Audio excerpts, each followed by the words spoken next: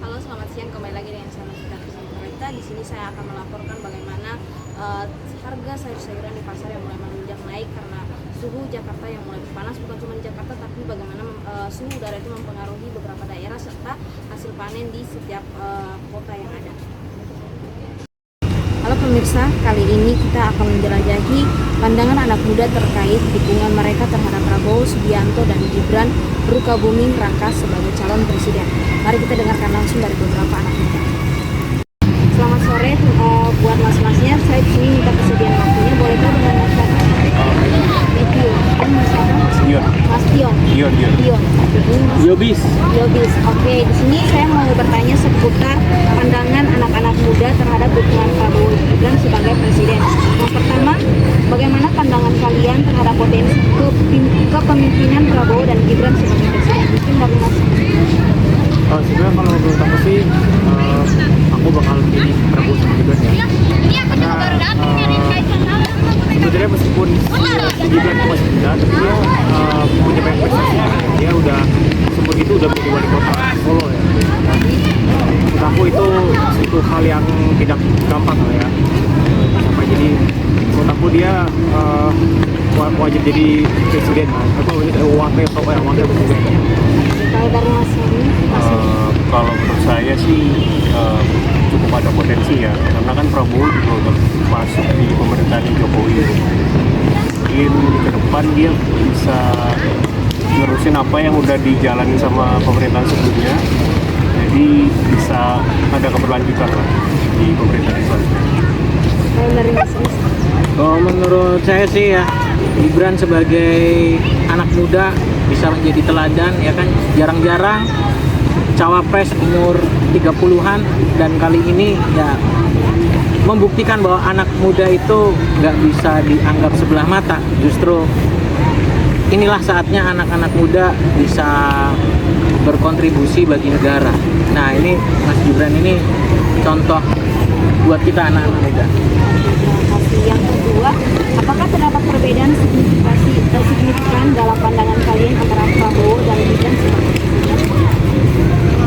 Menurut aku sih ya, meskipun Prabowo kan dulu kan ya berusaha sama Jokowi lah ya, tapi kan sekarang Prabowo itu sudah dialihkan lah ya sama Jokowi. Jadi dia bilang kalau misalnya dia sudah diingat dalam Jokowi, pasti dia bakal lanjutin pekerjaan yang mulai dilakukan Jokowi gitu. Jadi menurut aku nggak ada yang beda sih, nggak jauh.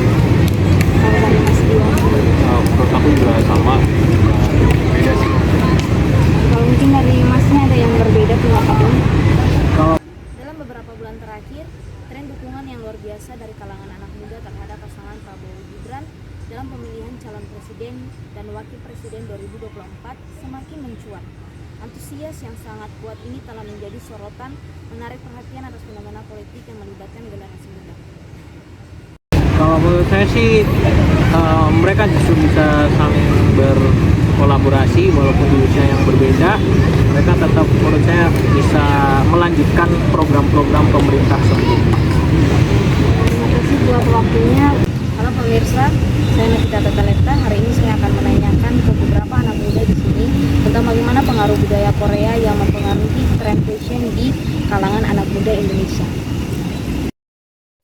Oke, selamat sore pemirsa. Di saat ini sudah berada yang sama-sama anak muda di Velodrome dan saya akan bertanya tentang budaya Korea yang telah diadopsi di Indonesia. Sebelumnya dengan Mbak siapa? Andriani. Ya, Andriani. Oke Mbak, di sini saya mau nanya bagaimana pandangan Mbak mengenai tren fashion ala Korea yang telah diadopsi di Indonesia. Oke, jadi menurut saya kan sekarang kan udah globalisasi ya, wajar-wajar aja sih kalau anak muda sekarang ikutin K-pop nih gitu, karena memang apalagi Korea kan kalau orang-orang kayak tahu banget di Korea tuh hype banget di Indonesia, bahkan jadi target pasarnya dari Korea. Jadi menurut saya dengan adanya ini ya, orang Indonesia ngikutin tren fashionnya Korea itu wajar-wajar aja sih, karena kan memang perkembangan globalisasi.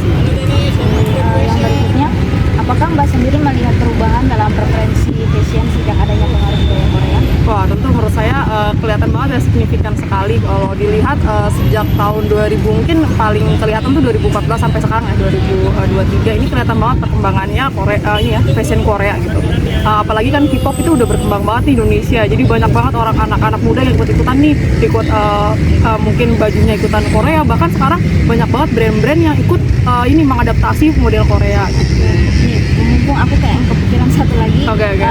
Jadi kayak maksudnya gimana pendapat Mbak sendiri tentang dampak dalam fashion bagi anak-anak Indonesia gitu loh. Mungkin dari segi kayak akhirnya mereka nggak lagi memikirkan budaya Indonesia atau dari segi pakaian, atau tapi tetap walaupun ada budaya Korea itu mereka tetap mempertahankan identitas diri mereka sebagai masyarakat lokal atau anak Indonesia. Iya, oke. Jadi menurut saya memang ini ya, kalau orang bilang kalau ini ada ya Korea nih jadi mengikis budaya Indonesia gitu. Memang sebenarnya kalau dilihat dengan perkembangan ini ya, perkembangan zaman tuh kelihatan banget nih anak-anak Indonesia tuh udah lupa sama budaya Korea, budaya Indonesia gitu. Nah, biasanya kalau dari saya pribadi kan saya seorang guru ya. Biasanya kalau saya seorang guru, biasanya saya menanamkan nih budaya-budaya Indonesia. Even though ada ini budaya Korea masuk, kita nggak boleh lupa nih sama budaya Indonesia gitu. Kita boleh mungkin dengan ini ya, kalau di sekolah-sekolah zaman sekarang kan itu pakai batik ya, mungkin setiap hari Kamis. Nah itu kita boleh tuh mungkin menyisipkan sedikit tuh pakaian-pakaian Indonesia gitu. Di lain sisi banyak banget nih perkembangan Korea yang masuk ke Indonesia. Oke, terima kasih banyak ya Mbak buat waktunya. Oke, sekian dan terima kasih. Anak muda Indonesia telah terlibat dalam dinamika yang menarik antara drama Korea yang populer dalam kekayaan perfilman lokal. Mereka menjelajahi dunia yang berbeda, namun sama-sama menarik menciptakan pola ketertarikan yang menarik perhatian dalam dunia hiburan. Oke, selamat sore. Kalau boleh tahu dengan Mbak siapa? Aku Yola. Aku Zafika. Zafika. Oke, di sini aku karena mau nanya soal gimana pandangan kalian ya tentang drama Korea dan perfilman di Indonesia. Yang pertama aku pengen nanya, apa sih menurut kalian begitu menarik dari drama Korea yang membuat anak muda Indonesia begitu terpikat pada film-film tersebut? Kalau menurut aku sih karena pemain aktornya kali yang cakep-cakep. Ya. Kalau dari Mbak sendiri? Kalau menurut aku, kalau drama Korea itu dari pemainnya ya cakep. Terus dari alur ceritanya tuh yang bagus, dari lebih bagus dari perfilman Indonesia yang plotnya tuh nggak ketebak kadang. Ya. Oke. Yang kedua, bagaimana pengaruh drama Korea terhadap preferensi atau kebiasaan menonton film anak muda Indonesia? Jadi mungkin kayak dari pengaruhnya itu kayak akhirnya film Indonesia tuh mulai terbelakangi, jadi orang tuh lebih fokus ke drama Korea gitu. Iya, jadi kayak orang Indonesia tuh lebih suka nonton drama Korea aja, karena mungkin drama Indonesia kalau dibandingin tuh berbanding jauh banget sama drama Korea gitu loh, dengan alur yang gampang ketebak yang itu aja, terus pemilihan aktor yang kurang bagus gitu artinya. Kalau dari Kayak jadinya kayak lebih membanggakan dari kayak film dari luar gitu dari Indonesia. Jadi tuh kayak film Indonesia tuh jadi kayak kurang terkenal gitu loh. Jadi kayak kurang banyak yang tahu karena mungkin dari segi alurnya ya. Karena film Korea atau drama yang lebih populer, lebih banyak yang menarik. Oke, ini yang terakhir. Bagaimana sih maksudnya kayak harapan gitu kan dari kalian terhadap pengembangan perfilman Indonesia agar tetap menarik minat dan perhatian generasi muda gitu? Gimana ulang? Jadi kayak maksudnya harapan kalian apa sih dari perfilman Indonesia tuh, mungkin dari segi apa yang mungkin dari alurnya, acting para pemainnya yang bisa membantu kayak akhirnya film Indonesia tuh makin tertarik lagi gitu loh anak-anak muda gitu. Iya, dari segi alurnya tuh harus mungkin sedikit memperhatikan kayak kemajuan filmnya drakor gitu loh. Jadi kayak ceritanya nggak gitu-gitu aja, jangan kayak cerita yang azab gini editannya lebay gitu, jangan. Itu nggak menarik sama sekali. Iya, kalau dari Mbaknya, apalagi kan kayak kalau di drakor itu lebih banyak kayak maksudnya mereka tuh detail gitu ya secara grafiknya lebih bagus juga. Kalau menurut aku sih kayak ya alurnya juga kayak harus dirubah gitu, kayak ubah cerita gitu loh, kayak endingnya kan lebih banyak kayak ketebak gitu loh, kayak bakal gimana. Apalagi kayak film horor Indonesia, jadi kayak bisa diubah gitu, mungkin bisa jadi referensi yang cari film Korea, cuman kayak nggak sepersis gitu loh, kayak buat dijadiin gambaran aja. Terima kasih banyak ya buat waktunya. Anak anak muda Indonesia telah terlibat dalam dinamika yang menarik antara drama Korea yang populer dalam kekayaan perfilman lokal. Mereka menjelajahi dunia yang berbeda, namun sama-sama menarik menciptakan pola ketertarikan yang menarik perhatian dalam dunia hiburan. Oke, selamat sore. Kalau boleh tahu dengan Mbak siapa? Aku Yola. Aku Zafika. Zafika. Oke, di sini aku karena mau nanya soal gimana pandangan kalian ya tentang drama Korea dan perfilman di Indonesia. Yang pertama aku pengen nanya, apa sih menurut kalian begitu menarik dari drama Korea yang membuat anak muda Indonesia begitu terpikat pada film-film tersebut? Kalau menurut aku sih karena pemain aktornya kali ya yang cakep-cakep. Ya. Kalau dari Mbak sendiri? Kalau menurut aku, kalau drama Korea itu dari pemainnya ya cakep. Terus dari alur ceritanya tuh yang bagus, dari lebih bagus dari perfilman Indonesia yang plotnya tuh nggak ketebak kadang. Ya. Oke. Yang kedua, bagaimana pengaruh drama Korea terhadap preferensi atau kebiasaan menonton film anak muda Indonesia?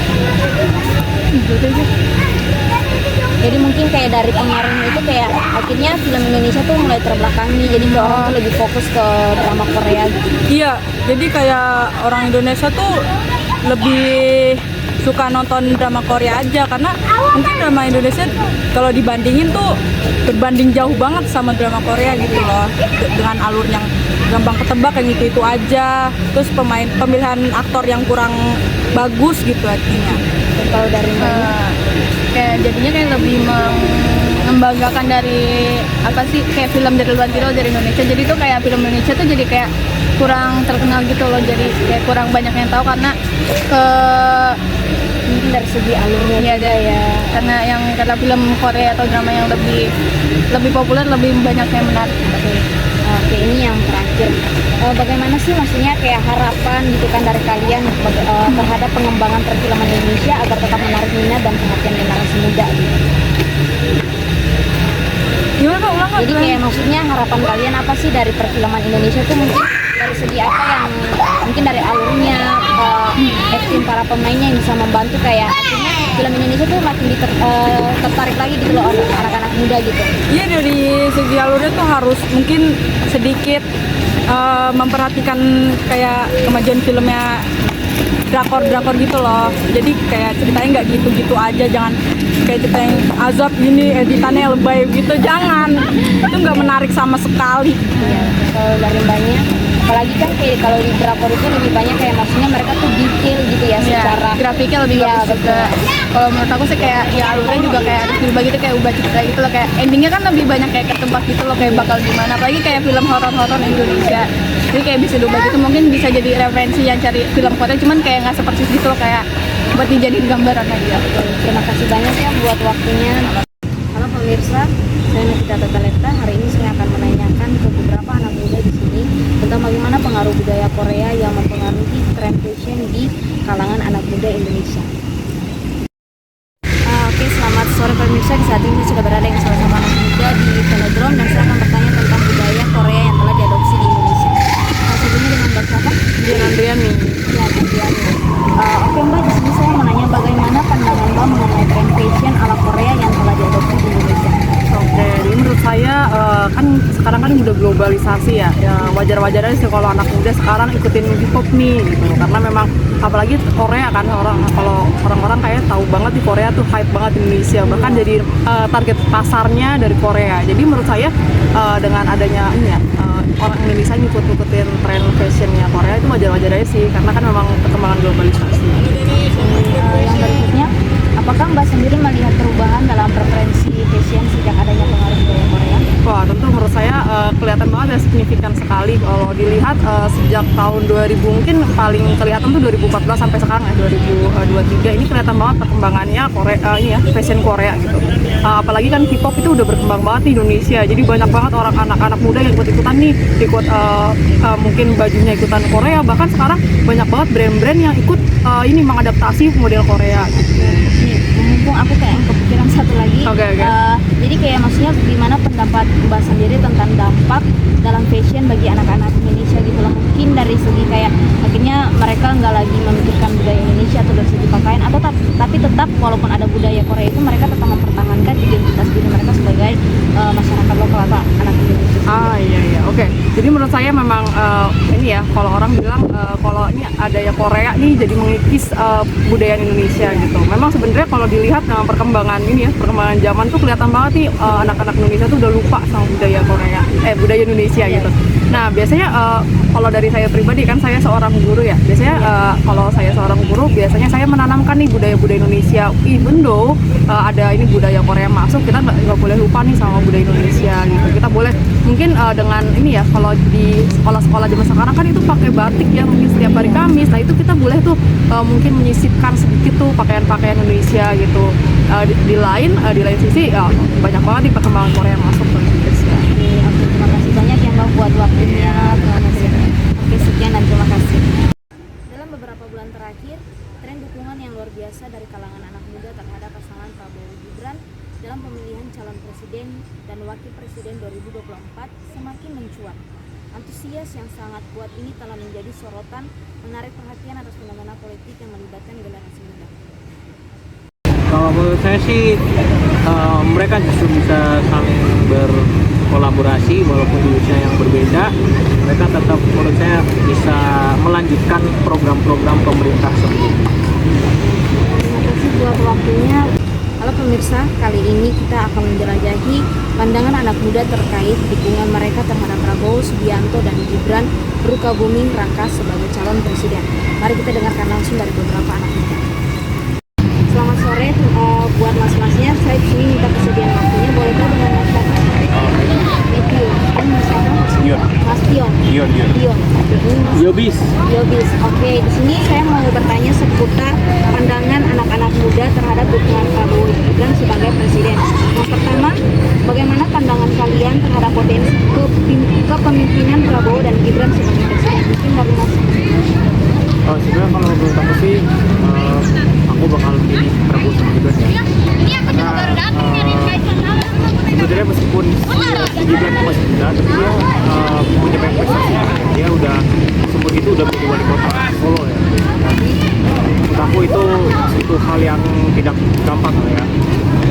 Jadi menurut aku dia wajib jadi presiden, wakil presiden. Kalau dari mas ini, kalau menurut saya sih cukup ada potensi ya, karena kan Prabowo juga masuk di pemerintahan Jokowi. Mungkin ke depan dia bisa nerusin apa yang udah dijalani sama pemerintahan sebelumnya, jadi bisa ada keberlanjutan lah di pemerintahan selanjutnya.